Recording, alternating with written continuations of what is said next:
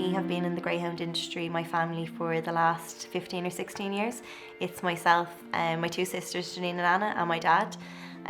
So at the moment we have 12 race dogs. We have 5 retired dogs then. So we do breed greyhounds as well. We usually have a litter a year.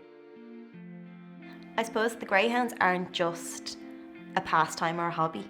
The greyhounds are part of my family.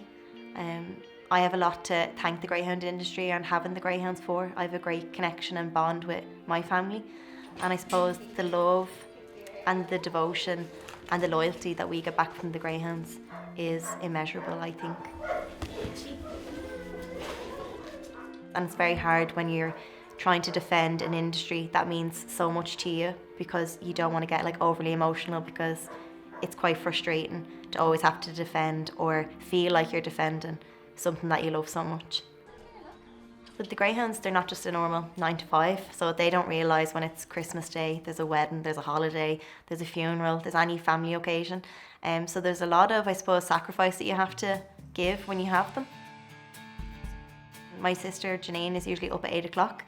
She'll come in, she'll give them their breakfast, and then she'll start on whatever work the dogs need.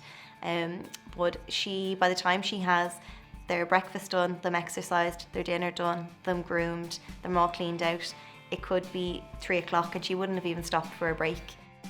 And then she's off to the track until 11:30 at night. Now that might be that she's had maybe a half an hour break in the whole day, and she'll get up the next day and do it all again. And I don't think any amount of money could pay you to do that. You do that for the love of the industry and the love of the dogs. He's such a big baby. Big baby. So our retired guys, we have 5 at the moment. They're all guys that we bred. They've lived here their whole lives, so we've bred and reared them here.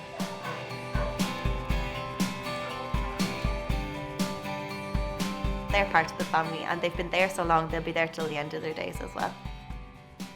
So that's one thing, I would never let any of the guys in our kennels go anywhere that we didn't know where they were going, and we'd often meet up with them and get pictures of them and make sure that they're somewhere that are really cared for, because I, hand on my heart, can wholeheartedly say that they live and are cared for so well up there. For them to go to anywhere less than that, I wouldn't be able to live with myself, even knowing if they weren't cared for the same standard. I suppose if people don't know, and from an outsider looking in, that they don't know what the kind of typical day-to-day life is like for the greyhounds. They're not sitting in a kennel all day in a tiny bed that they're squashed and they don't get out.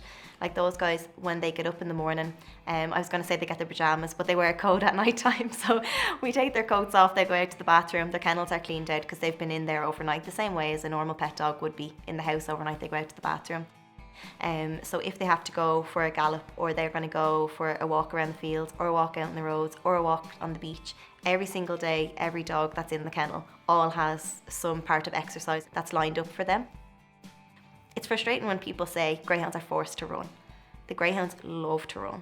Like when we go to bring them out in the evening, so if they go racing, they get a lunch, so they get like 2 chicken fillets in their soup instead of their full dinner. And when we go to collect them, the guys, the seasoned race dogs, know when they get their lunch, they're going racing that night.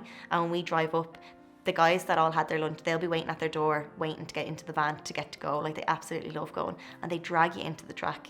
They just have a great time. Like it's a fun night out for them. They enjoy going. It's the same way that people bring their dogs to the park or the beach, that they love going. That's what they love to do.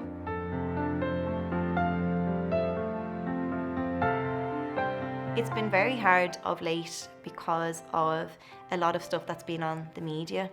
And I suppose it's not people's fault when it's just the time that we live in that stuff can be posted. But it's very frustrating to constantly have to defend ourselves, to say that the dogs are cared for, they're not neglected, they're not starved, they're not over-exercised and, just for the money or overbred. It's very frustrating to always have to feel like you're defending their care. And to be honest, it's very hurtful thing when someone says it, and I think they don't realise how offensive it can be. You feel like you have to educate everyone into the care that they're given. Your motivation to get up every morning is for the love of the dogs. No one in the industry, we're all caring for dogs every day of the week. No one is going to agree that animal cruelty is acceptable at any time.